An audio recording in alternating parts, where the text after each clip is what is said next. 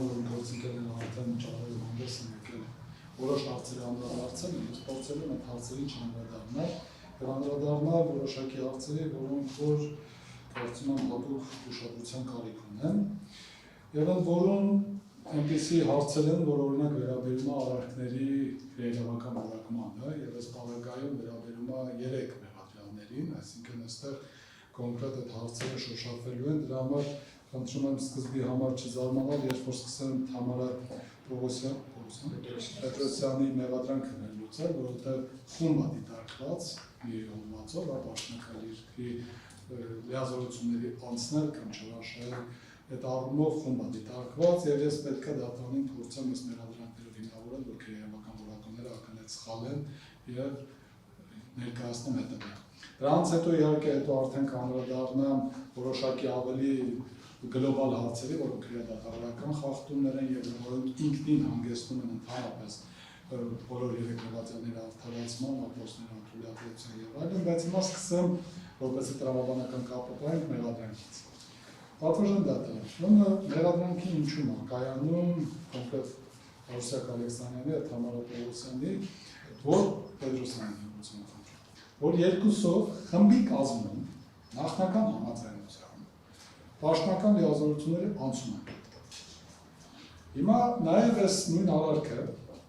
երբ որ մեղադրանքը կարդում ենք, մեղադրանքը sense ձևակերպվում է պաշտոնական լիազորությունների անցում, եւ sense մեխանիկորեն մի հատ ձևակերպվում է, որ ակնհայտ արդար դատական ակտ է կայացվում։ Իրականում նույն բարարքի շրջանակում երկու որակումներ ա տրվել, որով այս պարագայում ինքը ճիշտ չի եւ կներկայացնեմ ինչ առումով, որտեղ մեղադրանքի կողմն ինքն էլ չի կարողացել հստակ տարանջատում անել։ Ես օրինակ ուզենամ դատարանին հետեւյալ հաստատույթը այս բանի նորից ներկայացնել ասածը ընթերցելու մակարդակում։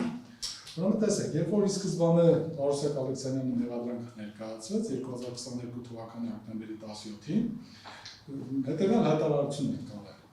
Ուրեմն մեղադրյալը հայտարարում է, որ ինձ ներկայացված մեղադրանք ստացել են որոշումը քրեական հետապնդում հարուցելու մասին, խնդրում եմ պարզաբանել, թե հանրային քրեական հետապնդում հարուցելու մասին որոշման մեջ նկարագրված մեղադրանքից կոնկրետ որն է քրեական օրենսգրքի 441 հոդվածի 2-րդ մասի 4-րդ եւ 5-րդ կետերով ինձ վերագրվող արարքի ձևակերպումը եւ որը քրեական օրենսգրքի 482 հոդվածի առաջին մասով ինձ վերագրվող հանցավոր արարքի նկարագրությունը։ Ավելի կոնկրետ ասած, ինձ քրեական օրենսգրքի 2 տարբեր հոդվածներով մեղադրանք է ներկայացվել, սակայն արարքների փաստական նկարագրությունը հստակ առանձնացված չէ, եւ ես չեմ կարողանում այս բանը հասկանալ, թե կոնկրետ հոդվածներով առաջադրված մեղադրանքի փաստական հիմքը որն է։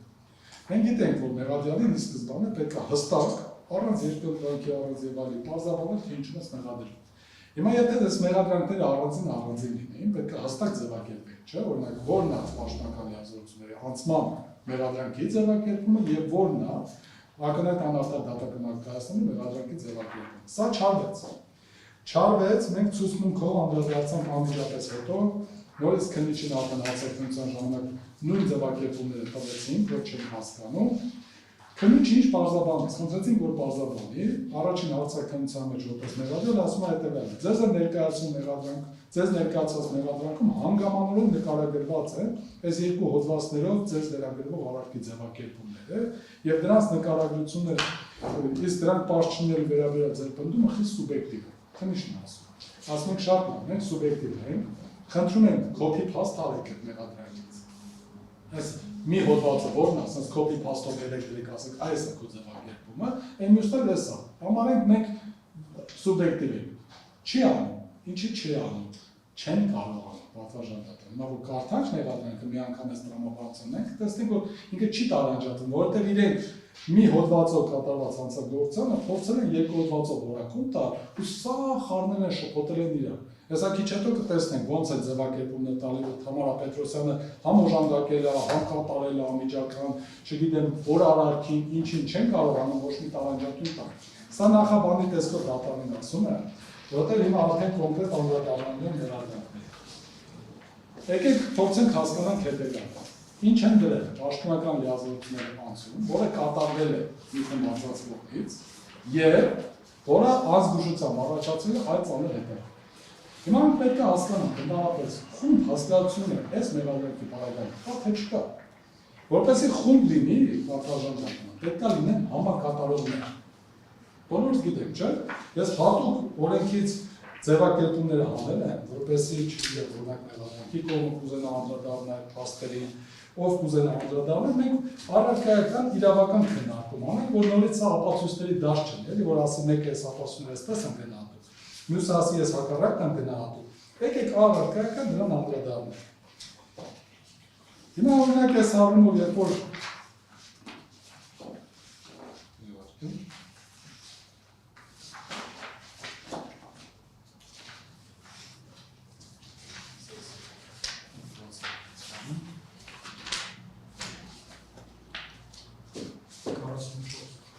ես ուզում եմ բառացի մեջ վերեմ, որովհետև ինչ ասում, ասում եմ համակատարողներն են, չէ՞, այսինքն մի խումբ անձանց կողմից կատարված հանցանքը, ասում եմ պետք է նախապես, եթե նախապես համաձայնեցածը համաձայնեն համատեղ արարքը կատարելու մեջ։ Այսինքն սա պետք է լինեն համակատարողներ, իսկ համակատարողները ովքեր են, ովքեր անմիջականորեն կատարել են հանցագործության օբյեկտիվ մասը, կազմող գործողությունների մաս։ Մի բան պետք է կատարված լինի անմիջականորեն։ Հիմա այս դեպքում մենք գործ ունենք իրականության մեջ, տեսեք, ես չեմ ասում որ հանցանքները կա, որպեսզի բարձր։ Իմ գործընկերները ներկայացել են, հիմնավորել են ապաստանի մակարդակում, որ այլն պետք է արտարացվեն եւ այլն։ Ես ուզում եմ մեղադրանքի մակարդակում քննարկել։ Օրինակի համար, ընդհանրապես երկրորդ մասով նախատեսված այս հանցանքը կա, թե չկա, երբ որ ասում են 4-րդ եւ 5-րդ կետը։ Հիմա տեսեք, կարդում եմ մեղադրանքից կոնկրետ հատվածներ։ Ընդ որում հիշեցնեմ, որ Թամարա Պետրոսյանին առաջին մեղադրանքը հենց եղել է օժանդակություն 2022 թվականի հոկտեմբերի 19-ին, երբ որ մեղադրանքը ներկայացվել։ Ուրեմն մեղադրանքը ներկայացվել է 46441 հոդվածի 2-4 կետերով եւ 46452 հոդվածի առաջին մասով, այսինքն իրենք դիտարկել են, որ օժանդակել է այս հանցանքի կատարումը, խմբի անդամ չի եղել նախնական համաձայնությամբ։ Հետո դրանից հետո չգիտեմ ինչ ամփոփվել, բայց գիտեմ իրականում դրա մասին կանդրադառնամ, որոշում են չէ, դու օժանդակող չէ, իրականում համակատարող ես։ Ինչի է սա պետք, որպեսզի մեղադրանքը ծանրացվի, ուռճացվի, որպեսզի գոնե խումբ հաստատությունը լինի գործում եւ ավելի ծանր հանցանք, իսկ սա առանցքային նշանակություն ունի ընդհանրապես գործի օրինականության մասով։ Հիմա Թամարա Պետրոսյանի մեղադրանքի հետեւյալ հատվածն է կարդում, պատմական։ Մի քանի հատ ես ասում ձևակերպում ասում, իրար փորձենք հասկանանք։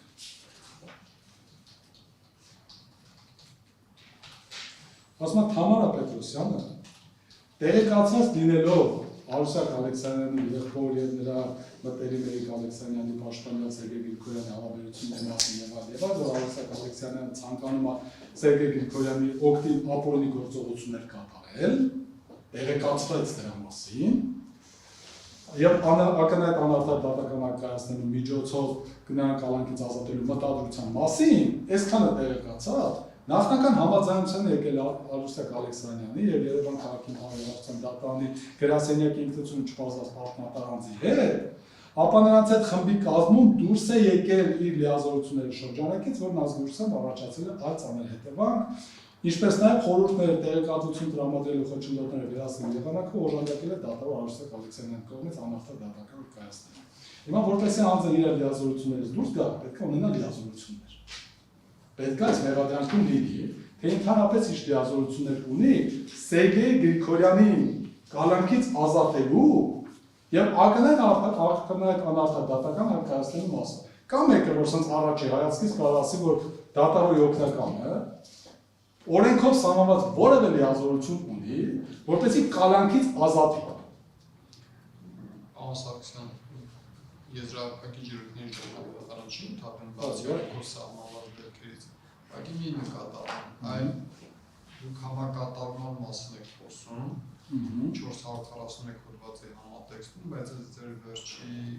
ներկայացվածը ինչպիսի լիազորություն պետք է ունենա, որ Սերգեյ Գրիգորյանին կալանքից ազատում գրավոր ակտի մասն եք հիմա խոսում։ Չէ, բայց այդ դատարանի հարցը տեղին է։ Գիտեք ինչ է տեղի, մեղադրանքը կարդացի։ Տեսեք ինչ են ասում, այստեղ ամբողջ խնդրումը, որ չկա տարանջատում։ Տեսեք ինչ են ասում, տեղեկացված լինելով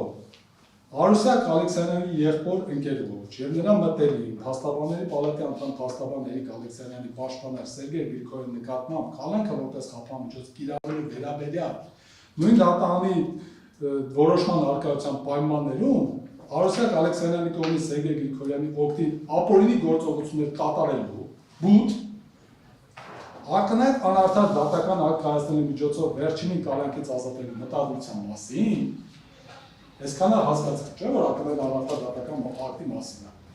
Հիմա ուշադրություն, նախնական համաձայնությանը եկել, այդքան իմացել, որ ուզում ակնհայտ անարդար դատական ակտ կայացնել։ Նախնական համաձայնությանը եկել Արուսյակ Ալեքսանյանի եւ դատարանի գրասենյակի ինքնություն չբազված պաշտոնատար անձի հետ,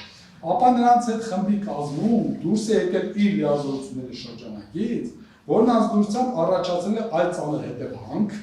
այսքան ինչ էր։ Եկեք բարձր։ Սա ակնհայտ անարդար դատական ակտներ, թե պաշտոնական լիազորությունների անցումներ։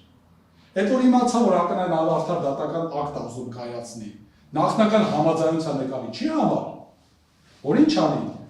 համարենք լիազորություններ անցնել, որ լիազորություններ անցնել։ Այն լիազորությունները, որտեղ ասում են, որ ակնհայտ ապօրինի գործողություններ կատարի, լիազորությունները ապօրինի կատարի նրա ակտին Արուսյակ Ալեքսանյանը, այստեղ որ չկա այդ տարանջատումը, ինչի որովհետև չէր կարող լինի։ Սա մի գործողության մի արարք է։ Չի կարող այս նույն գործողությունը երկու արարքով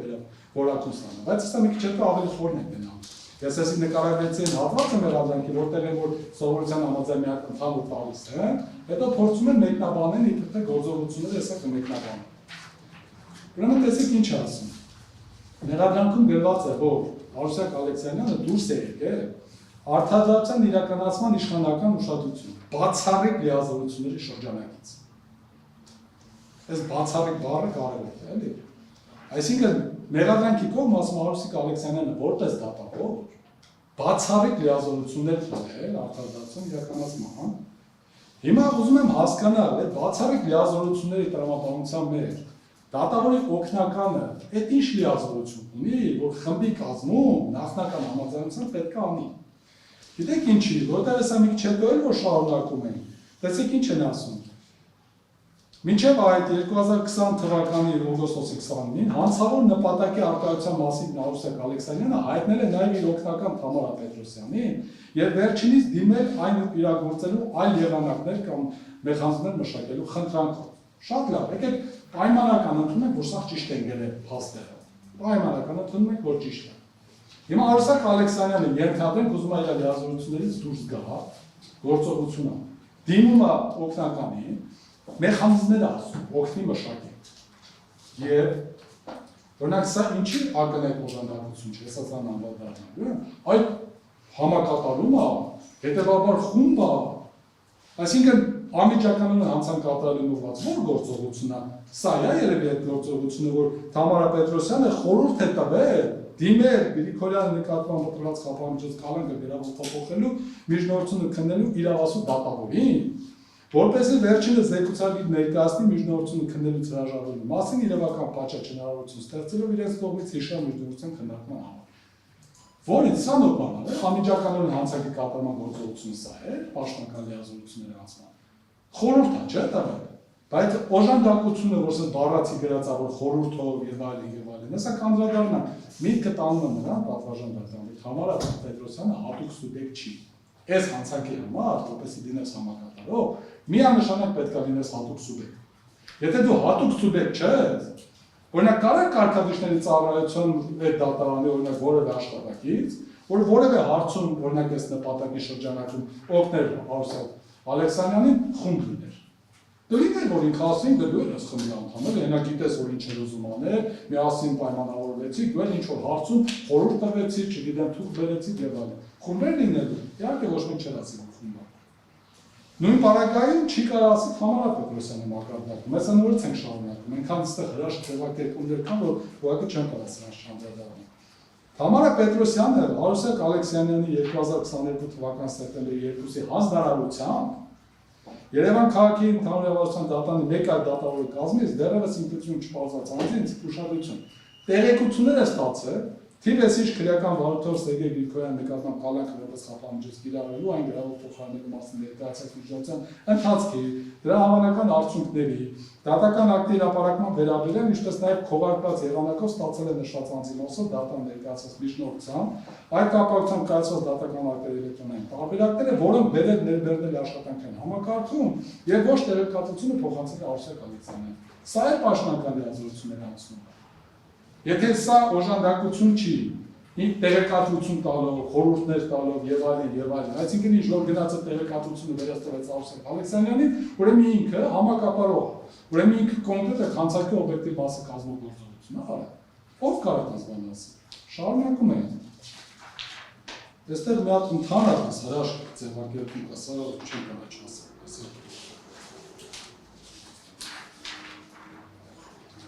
Տեսեք, նման պայմաններում Համարա Պետրոսյանը գործելով դատավոր Արեքսակ Ալեքսանյանի Հիշատ դատանի գրասենյակի դատան նախագահի պաշտոնատար Կատարի հանձնարարությամբ դատարան ստացած միջնորդությունները ըստ մակագրությունների պատշաճ դատական կազմերին հանձնելու պարտականություն ունենալու հիմքով դատական իշխանության ոլորտում պարտականություն կամ պատասխանատվություն առաջացնող գործառույթներ իրականացնող պաշտոնատար անձի հետ ավելի պարզ, այսքան երկար չասեմ։ Համարա գրասենյակի ինչ որ աշխատակցի հետ գործելով, այս իրանց հետ միասին, խմբի կազմում ուշադրություն, փող լրացնելով, երեք սանցտո բան չասենք, ուրեմն գրասենյակի աշխատակիցը ու դատավորի օգնականը դատավորի փող լրացնելով, որ պաշտոնական լիազորությունները անցնի, էլի, փող լրացրել են այդ իրանց Արուսակ Ալեքսանյանի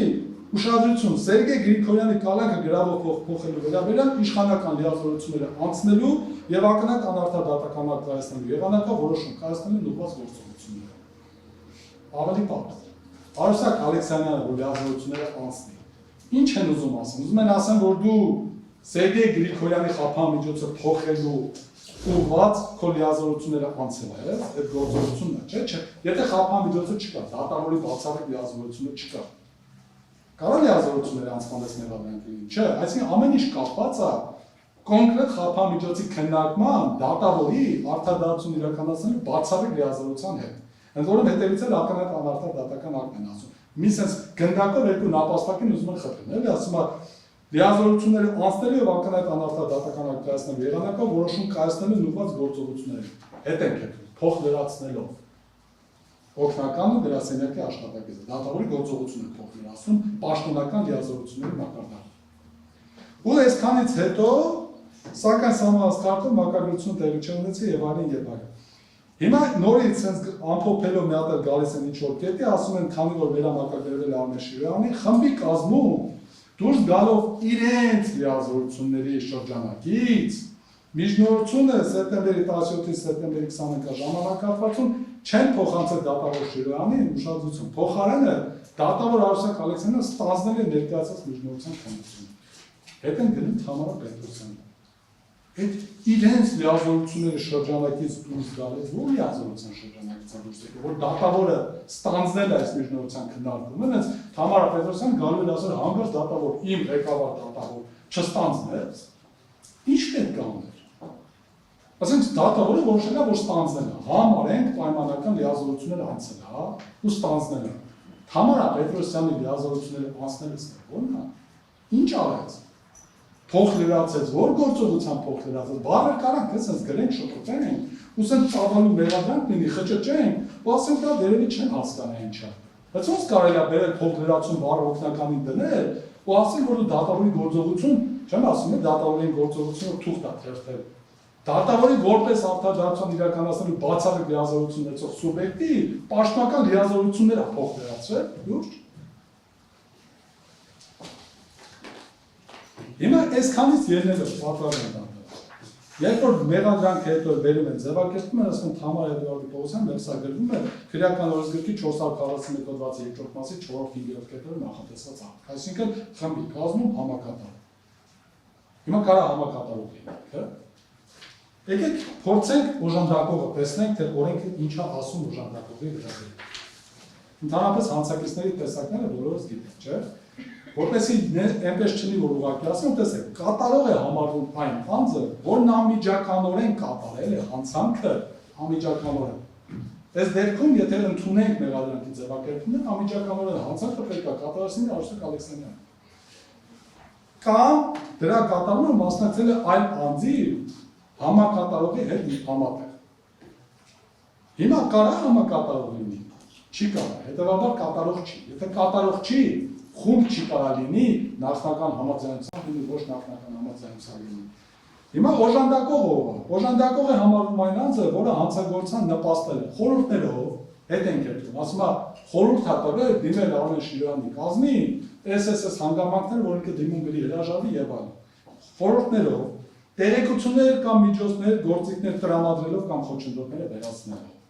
Մեջը գրած է, ասում են գնացել է, տեղեկատվություն է վերցրել, միջնորդանց սևագիր տեքստ է վերցրել, բերել է, համակարգչում է ներբերնել, տեղեկատվություն տվել Արուսակ Ալեքսանյանին։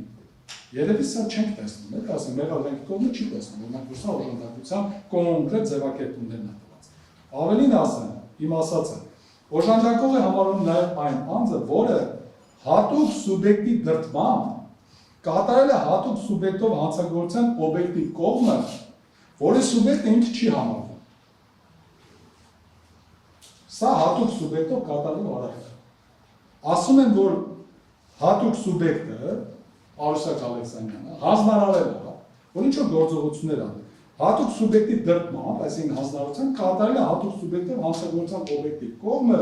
որի սուբյեկտը ինքը չի համարվում։ Հերիք չի, որ օբյեկտի կողմ չի կատարել։ Բայց որ կատարել է, մեկը օժանդակող է լինել, որտեղ ինքը այդ հանցանքի հատուկ սուբյեկտ չի հանդիսանում։ Շարունակում է օրենքը ասում է, կամ հատուկ սուբյեկտի հետ համատեղ մասնակցել է հատուկ սուբյեկտով հանցագործության օբյեկտի կողմի կատարմանը, եթե բացակայել են օրենսգրքի 40 թվականի 4-րդ 6-րդ մասը նախատեսած արարքները, որոնց ուժով անձը հատուկ սուբյեկտով հանցագործության օժանդակություն չի կարող համարվել, դրանք անդրադառնում են։ Բայց այստեղ հատուկի ինչն է, հատուկ սուբյեկտի հետ համատեղ է մասնակցել, հատուկ սուբյեկտով հանցագործության օբյեկտի կողմի կատարմանը։ Բայց ինքը օժանդակող է, որտեղ հատուկ սուբյեկտ չի։ Այն բացառությունները առավել ևս ամրապնդում են իմ ասածը, որովհետև տեսեք այդ բացառությունները 4-րդ, 5-րդ, 6-րդ կետով, օրինակ ինչ է ասում, ասում է, եթե հատուկ սուբյեկտ չհամարվող անձը կատարել է տվել հանցագործության օբյեկտի կողմը հատուկ սուբյեկտի դրդման կամ նրա հետ համատեղ եւ նրա արարքում առկա է այլ հանցակաց, ապա նա ենթակա է քրեական պատասխանատվության միայն այլ հանցակազմի համար, եթե ավելի խիստ պատասխանատվություն նախատեսում, եթե չէ ուրեմն օժանդակող է, բացառությունը սա է, ասում են օժանդակող է, եթե ավելի ծանր չի։ Երկրորդը, եթե հատուկ սուբյեկտ չհամարվող անձը կատարել է տվել հանցագործության օբյեկտի կողմը հատուկ սուբյեկտի դրդման նրա հետ համատեղ եւ նրա արարքում առկա է այլ հատուկ սուբյեկտով հանցագործության հանցակազմ, որի սուբյեկտը ինքը,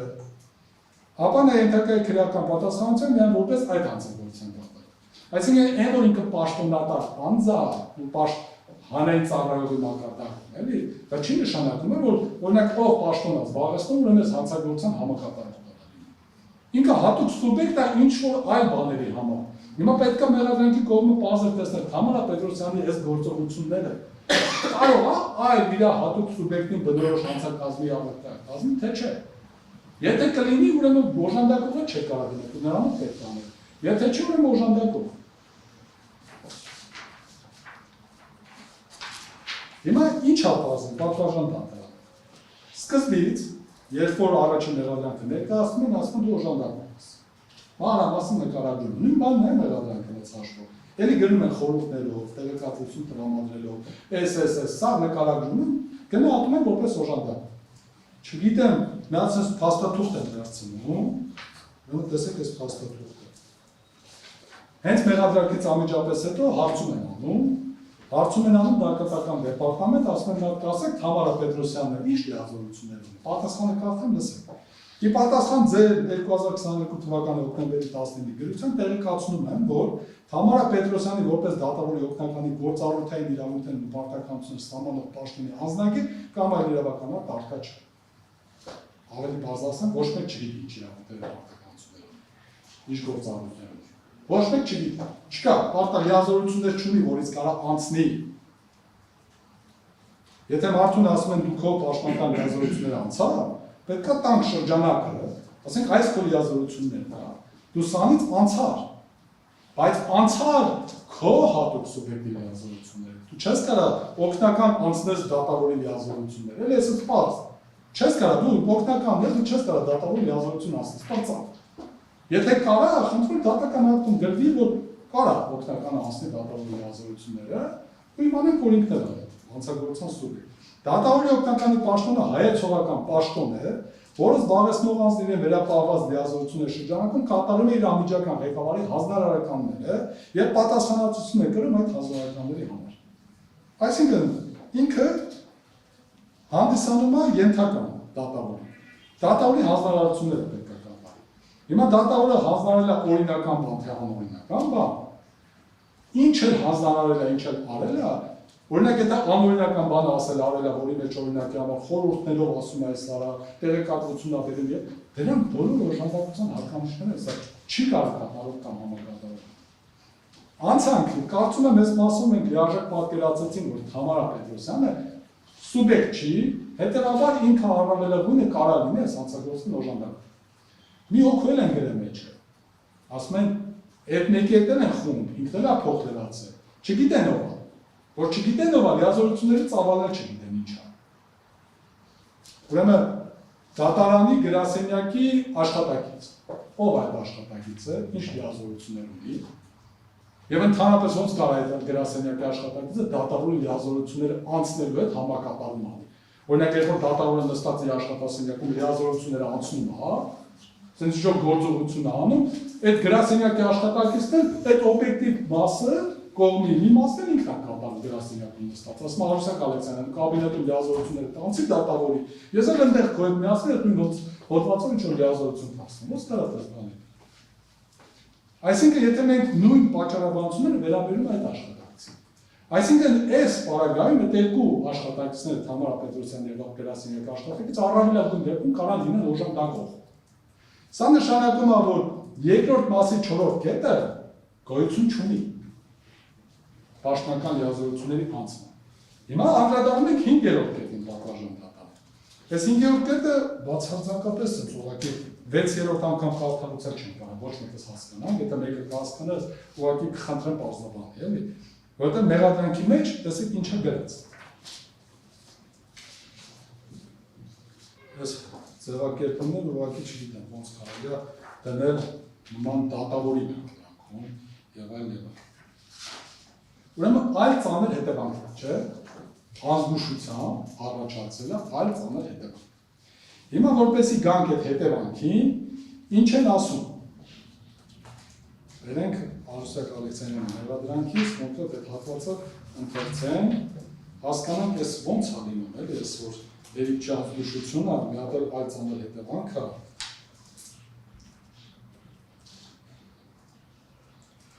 Ուրեմն ձևակերպում ինչ վերևից պետք է սկսենք։ Նորից ասում եմ, որ Արուսակ Ալեքսանյանը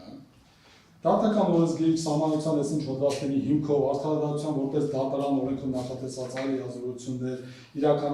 ունենալով, ինչպես նաև դատավորի կարգավիճակից բխող իրավունքներ իրականացնելով գործելով, որոնց սա էլի գալիս նույնն ասացին, որ սկիզբը նկարագրում են, որ դատավոր ունենալով այս իրավունքները գործելով այս իրավունքներից եւ այլն լիազորություններից բացառիկ դուրս է եկել։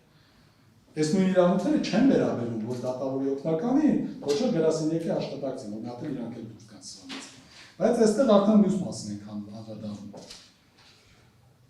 Ուրեմն ասում են, նպատակադրվել է ապօրինի գործողություններ կատարել Սերգեյ Գրիգորյանի օգտին, այն է ակնհայտ անարդար դատական հայտարարների միջոցով վերջինս կալանքից ազատել, որպեսզի հանցավոր նպատակին հասնելու դիտավորության նախնական համաձայնության եկել օգնական Թամարա Պետրոսյանի գրասենյակի աշխատակցի հետ,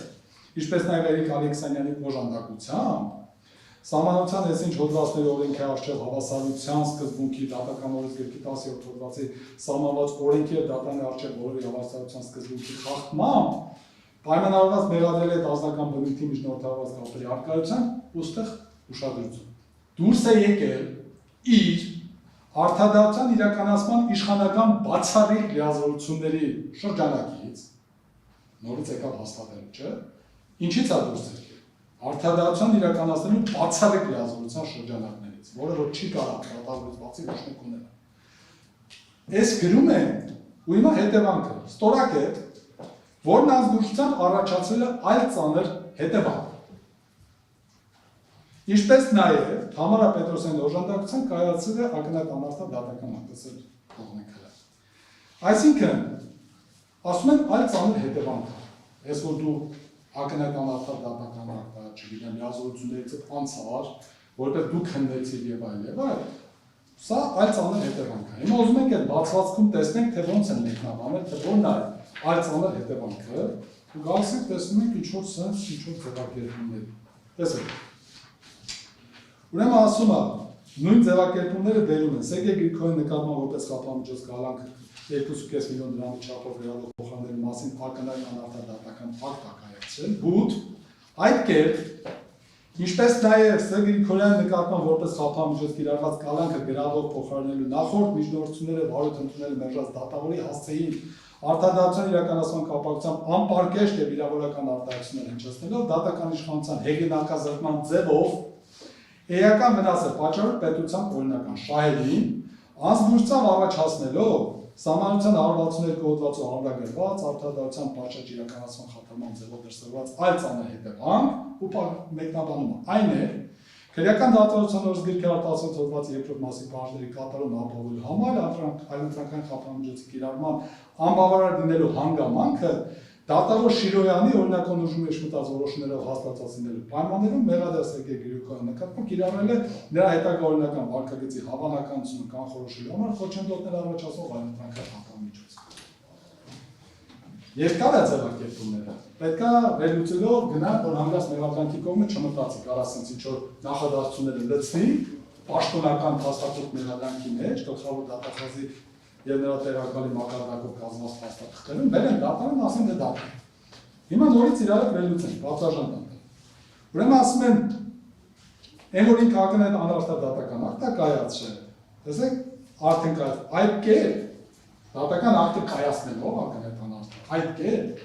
ինչպես նաև, այսինքն սա առաջի պայմանն է, որ դա ակնհայտ անարտադատական ակտ է։ Երկրորդ պայմանը, որ դատավորի հասցեին անպարկեշտ հայտարարություններ անելով, հեղինակազրկել է դատական իշխանությունը։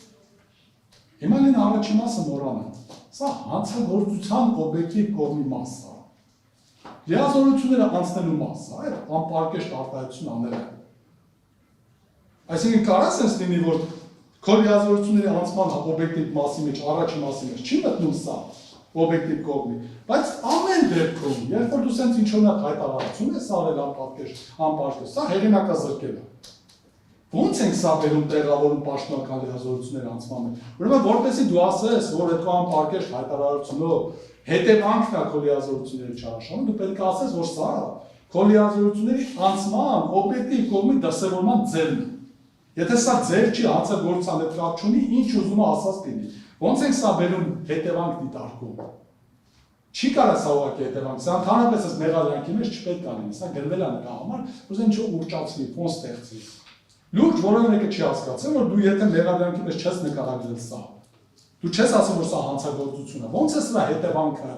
Օրինակ որ տունն էլ օրինակ մի բան արած լիներ,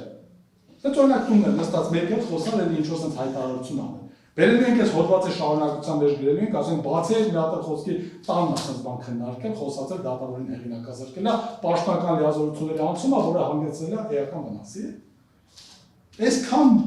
մանր բաները ինչի կարելի է այս տիպի, այսինքն դատավորի գործով, որը որ հատուկ ուշադրություն է պահանջում, դրա համար գլխավոր դատախազու տեղակալ են զբաղություն անում, կարելի է այսքան մանր բաների մեջ sense խնդիրներ ունենա։